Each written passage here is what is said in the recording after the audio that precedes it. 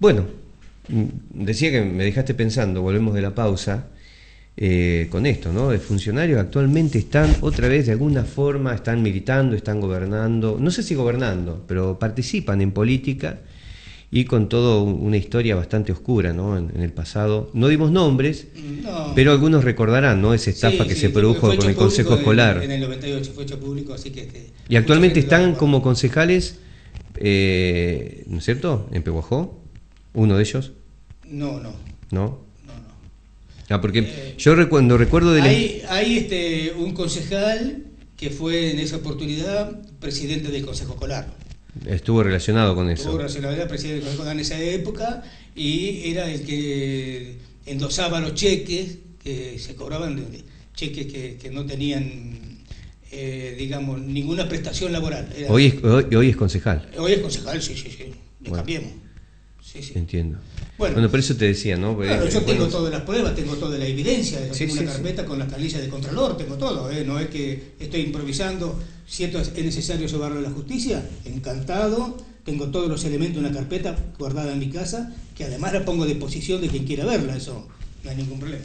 Jorge, vamos por el tema del tarifazo, que es algo que está muy preocupada la gente, aparte sobre todo preocupada, enojada, porque, a ver, si senadores que representan al pueblo argentino disponen que hay una ley que tiene que hacerse efectiva, que regule el tema de las tarifas, y a pesar de esto, el presidente viene con total soltura y dice: yo la veto, no quiero saber nada con esta ley. Esto nos tiene preocupados a mucha gente. ¿Qué pensás vos sobre eso? Claro, bueno, lo peor que nos pudo haber pasado es que nos gobierne gente que no tiene nada que ver con el área política, porque la política, bueno, digamos, es por pasión, por ideología, uno puede estar de acuerdo o no, pero bueno, se mueve en base a otros principios, a otras reglas, ¿no es cierto? Acá estamos gobernados por empresarios que buscan su rentabilidad nada más, ¿no es cierto? Acá buscan suprimir impuestos para bajar los costos, pero las ganancias siderales que tienen, el señor Pagano, que es uno de los representantes principales en la provincia de Buenos Aires de la empresa de distribución eléctrica, fortuna, alrededor de, estuve leyendo, 11.000 o 12.000 millones de pesos salieron del país porque ni siquiera lo reinvierten para tener mejor energía, como decían, que las tarifas estaban muy bajas y no podían invertir en obras para tener mejor cantidad y mejor calidad de energía. Se las llevan todas fuera del país y ellos le ven como una práctica legal tener cuenta offshore fuera de nuestro país, ¿no es cierto? Y mientras tanto la Argentina se descapitaliza y tienen que vivir permanentemente pidiendo plata prestada. Entonces, bueno, el presidente veta una ley que salió aprobada por el Congreso, que ganó por amplia mayoría, haciendo desaparecer lo que serían las reglas principales de lo que es una república, ¿cierto? Con la división de los tres poderes, Sí, sí. ¿no? En absoluto, así que esta gente no tiene ninguna clase de piedad cuando es para beneficiar sus propios intereses. Creo que la excusa fue: estas cosas no se pueden discutir en el Senado, algo así, dijo. Sí, algo así. No corresponde a... Pero en ningún momento se objetó las ganancias de las empresas, sino que bueno, hay que bajar impuestos, hay que reducir esto, que de alguna forma reduciendo impuestos que ingresan al Estado es desfinanciar al Estado, que después, para equilibrar el déficit fiscal, piden plata al Fondo Monetario Internacional. Estamos en el horno, realmente vamos por un muy mal camino. Bueno, pero cuando vos escuchás, yo que escucho como una persona que prácticamente soy un ignorante de la política, yo escucho y aparece otra vez, y quiero saber si es parte de un relato o qué es, esto de que, bueno, la culpa la tienen justamente los que nos gobernaron. Esto es la herencia. Volvemos a hablar sobre el tema de la herencia recibida. ¿Para vos es real esto? ¿Qué pensás sobre eso? No, bueno, justamente en el libro que Juan Perón, El exilio, que es mío, es una repetición histórica lo que pasa con Perón. Perón era el que se había robado el Tesoro Nacional, entonces estaba sin Tesoro Nacional de Argentina, y inmediatamente hicieron una devaluación, enseguida se bajaron los sueldos, bajó el poder adquisitivo de los obreros, fue todo adrede, y era por culpa de la fortuna que se había robado Perón. Perón se fue con una valijita que tuvo que estar en algunos países durante el exilio. O sea que no es nuevo. No es nuevo. Tampoco esto. No es nuevo. Son las mismas fórmulas. Claro. Y a ver, ¿y qué puede hacer una persona como yo, ¿no? Que, como te decía, un ignorante de la política en estos casos así, de ver, a ver, ¿cuál es ¿quién tiene la culpa? Y realmente, ¿qué es lo que está pasando? ¿O qué es lo que pasó? Porque, a ver, a través de los medios, como podemos ver, y por lo que vos me decís, yo no puedo confiar en los medios, porque los medios me dicen una cosa y a veces la realidad es otra.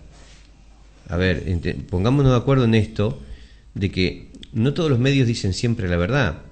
Vos me decías que en un momento, por ejemplo, algunos medios uruguayos decían que los que habían bombardeado en la casa de gobierno eran como héroes. Y habían matado, o sea, mataron personas niños, inocentes, mataron personas niños, inocentes, bombardearon un pueblo, a gente en la calle totalmente despreocupada, caminando, haciendo sus tareas. Imagínate que cayera ahora una serie de bombas acá. Y era un lugar muy Mirá, público. Pedro, es difícil explicarlo, a mí no me resulta fácil. Siempre existió en la Argentina desde su fundación dos líneas, ¿no es cierto? Una línea dependiente, desde Mayo, ¿no es cierto?, que querían, digamos, de alguna manera seguir dependiendo y rendiéndole pleitesía a Fernando VII, de hecho juraron lealtad a Fernando VII, y otra línea independentista que luchaba por la creación de una nueva nación. El verdadero progresismo. Claro. Pero no eran disfrazados, eran progresistas reales. Reales, bueno, Mariano Moreno es el que lleva su laurel en eso, fue el principal que generó la orden de operaciones, ¿no es cierto? Y donde él quería arrancar con una nación de cero, ¿cierto? No que los que eran propietarios, la oligarquía que ya existía en ese momento, ¿no es cierto?, puesta por la monarquía española, ¿no?, eran propietarios porque la monarquía española les dio los derechos de propiedad. Para Mariano Moreno esto había que dejarlo todo en cero, empezar de nuevo, claro. ¿Cierto? ¿No? Eso no se lo permitieron, y por eso lo mandan de embajador a ultramar y muere en el viaje. No, porque el que tenía capital seguía habiendo una relación de poder ahí, claro. ¿No es cierto? Bueno, en la Argentina hubo lo que se llama una línea política que algunos historiadores la llaman como la línea Mayo Caseros, que es la línea de emancipación nacional. A partir de Casero se tuerce la historia, hay una bisagra, ¿cierto? Y se empieza a tener gobierno como Mitre, que Mitre se encargaba de atacar países hermanos como Paraguay con la guerra de la Triple Alianza, ¿cierto? Los enemigos eran los paraguayos y no Gran Bretaña, ¿no? Y se vuelve a repetir la historia, ¿no? Tuvimos breves periodos después con Hipólito Yrigoyen, que fue un avance del sistema democrático y popular. A los seguidores de Yrigoyen les decían la chusma yrigoyenista. Bueno, los radicales se han olvidado de eso, ¿cierto? Quien traza las líneas de emancipación nacional para el radicalismo es Leandro Alén. Leandro Alén, hijo de un mazorquero que es muerto ahorcado en los árboles de Palermo, ¿cierto? Porque respondía a Rosa, ¿no? Ese es el origen del radicalismo, por eso la bandera blanca y roja que tienen de manera radical es por el federalismo, ¿no? Que bueno, eso se desvirtuó totalmente, ahora están del lado precisamente de lo que es un gobierno conservador, que responde a grandes finanzas usureras, internacionales encima, de los que están endeudando el país y empobreciendo a los argentinos. Bueno, después el otro periodo que viene, que es con Perón, ¿no es cierto?, a partir de la revolución del 3 de junio del 44. El 4 de junio del 44, 3 de junio del 44, se produce la revolución contra la década infame, ¿no es cierto?, contra esos gobiernos que se iban mediante el fraude colocándose la banda presidencial. Fíjate que en aquel tiempo estaban tan adelantados los avances, que no había tanta tecnología como hoy, pero en Inglaterra se sabía un mes antes quién iba a ser presidente de Argentina. A ver, y volviendo al tema local, ¿no? Sí. Hablando del tema local, que en algún momento decíamos que había este concejal, que es la NIC, decía como que Pehuajó estaba como aislado por culpa del intendente, algo así más o menos, ¿no? Vos decías de que la solución no era justamente ir y ponerse a disposición de la provincia y de la nación. ¿Cuál sería la solución? Claro, no, la solución es lo que está haciendo Pablo Zurro, es gestionar para Pehuajó, trabaja desde su perfil político para Pehuajó, que lo está haciendo muy bien. Hay muchísima obra que continúa, la atención de Pehuajó es excelente, el hospital de Pehuajó es más que excelente, superior a cualquiera de la zona. Pehuajó tiene un beneficio incluso hasta en sus trabajadores, ¿no? Fíjate lo que pasa en Trenquelado, por ejemplo, que gobierna Cambiemos, que ahí está hasta prohibido hablar mal del intendente. A un periodista joven que le hizo una pregunta que le complicó un poco al intendente de Trenquelado, después lo dejaron sin trabajo. Bueno, en Pehuajó no sufrimos todas las consecuencias del gobierno de Cambiemos gracias a que tenemos un intendente que es de Frente para la Victoria, Eso no tengo ninguna duda, ¿no es cierto? Y se ve permanentemente en toda la atención humanitaria que se hace, en las obras, incluso con las paritarias que hacen, que cierra con UPCN y con el gremio municipal, es un aumento salarial de un 34%, contra un 15% como techo del gobierno de la provincia. Sí, fue motivo también de que lo llamaran en un medio nacional para que pudiera contar. Entonces, cómo hacía, ¿no? Gracias a Dios que en Pehuajó, y gracias a la gente que lo votó, que tenemos un gobierno progresista y peronista en Pehuajó, ¿no? Porque si no estaríamos muchísimo peor. Pasa en otras comunidades, yo viajo, he estado el otro día en Tres Lomas. Bueno, contame de Tres Lomas, o sea, porque al final estuvimos hablando mucho de la política y realmente fue importante esto de la presentación, como has ido en varias localidades presentando tu libro. Sí. Contame cómo te fue en Tres Lomas. Sí, bueno, yo lo digo con toda humildad, ¿cierto? Ahora que tengo 73 años, me doy el gusto, un gusto grande de haber escrito el libro de Perón, que lo presenté en Pehuajó en el 2015. Y lo he ido presentando en distintas ciudades cercanas. Voy armando una conexión, y se organiza un acto, y lo presentamos en Carlos Casares, en Henderson, en 30 de agosto, en 9 de julio, en Bolívar, en Trenquelauquen, en Beruti, en 30 de agosto y ahora en Tres Lomas. No sé si me acuerdo, me olvido de algún pueblo más. Me va bastante bien, ya la primera edición se vendió toda, estoy vendiendo la segunda edición, y si esto sigue así, voy a tener que hacer una tercera edición, cosa que en este momento es buenísimo. Un sueño, ¿no? Sí.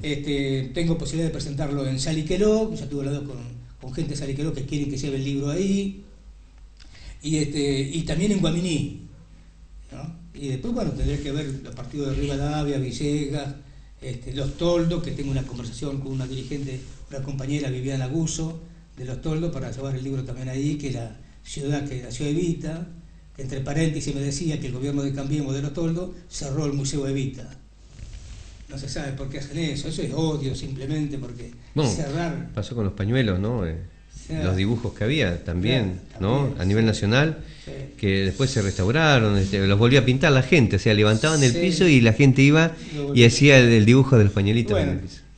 Porque es imposible, yo creo que esa no es la manera, ¿no? No, en absoluto, porque yo creo que están hiriendo el sentimiento de la gente, ¿no es cierto? No se entiende por qué hacen eso. Bueno, en realidad me fue bastante bien, vendí bastantes libros, y fue una comunidad muy cálida, muy bien. Estaba el intendente de Tres Lomas, bien sencillo, el hombre, daba gusto conversar con él, un hombre bien de pueblo, el presidente del Partido Justicialista, el Vasco Iriarte, después, bueno, mucha gente, y bueno, recordamos justamente que para ir a Guaminí, que hay una casa que se llama Héctor Moreda, que es un compañero que militábamos en la Juventud Peronista en la década del 70, que después fue levantado por los militares, que sufrió tortura y todo, 2 años le hacían simulacro de fusilamiento, le escribió una carta despidiéndose de la familia, la pasó horrible, volvió muy enfermo, muy mal, y después falleció, ¿no? Entonces, bueno, justamente voy a ir a Guaminí,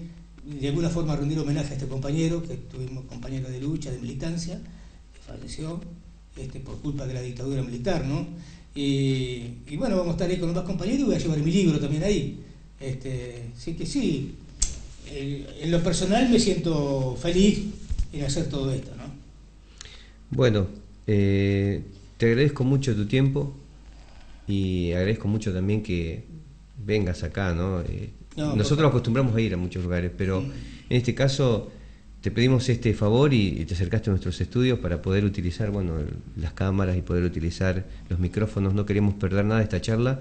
Realmente valoramos mucho que nos des esta posibilidad de conocer un poco más sobre la historia y conocer la opinión de alguien que tiene peso, porque puede evaluar, porque puede comparar, y que nos cuente un poco cuál es su visión, ¿no?, sobre lo que pasa en la política nacional, provincial y el local, como vimos, ¿no?, de lo que pasaba con el intendente de Pehuajó.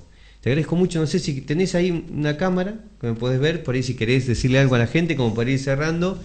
Y nada, gracias por estar. Bueno, yo estoy muy agradecido con la comunidad de Pehuajó. En todas partes donde voy me atienden exactamente muy bien, no importa el color político. En ese sentido puedo decir que me manejo con total libertad. Todos saben lo que pienso, yo lo manifiesto con total honestidad. Pues se puede compartir o no lo que yo pienso, pero no obstante eso, uno tiene todo el derecho a pensar y a opinar. Creo que lo más que tenemos que luchar es que la opinión sea libre. El día que eso no sea así, vamos a estar en una buena situación. Y también, bueno, repito que gracias a Pehuajó, a los habitantes, estamos pasando un buen momento, digamos, dentro de la gravedad de lo que ocurre a nivel nacional, porque en Pehuajó tenemos un gobierno que es progresista, que es de Frente para la Victoria, y que lo que más le importa es el crecimiento de Pehuajó. Así que valga también el agradecimiento por esa situación que estamos viviendo. Nada más. Muchas gracias.